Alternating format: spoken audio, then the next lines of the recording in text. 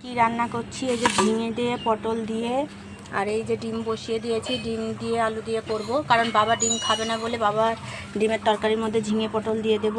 আর এখানে এই যে কলমির শাক নিয়ে এসেছে কালকে হাটে থেকে, তো কলমির শাক রান্না করব। আর এই যে আমার দাদা ইলিশ মাছ দিল, দেখো কতগুলো দিয়েছে, আরও দিয়েছিল, আমি তুলে নিতে বলেছি। তো এই যে এই ইলিশ মাছটা আলু দিয়ে ঝোল করব। তো চলো রান্না বান্না করে নিই। তো দেখো আমার ডিম ভাজা হয়ে গেছে, আর এদিকে আলু দিয়ে ঝিঙে দিয়ে পটল দিয়ে কষে নিচ্ছি মশলাটাকে।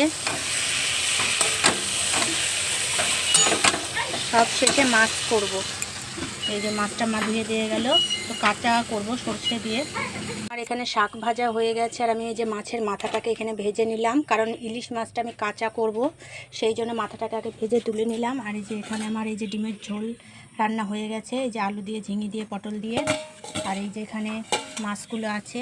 এবার আমি সব মাখিয়ে নেব, টিফিন বাটিতে করে করব। আর এখানে মাছের তেল। তো দেখো বন্ধুরা, আমার সর্ষে ইলিশ রান্না হয়ে গেছে, যে কেমন হয়েছে জানিও।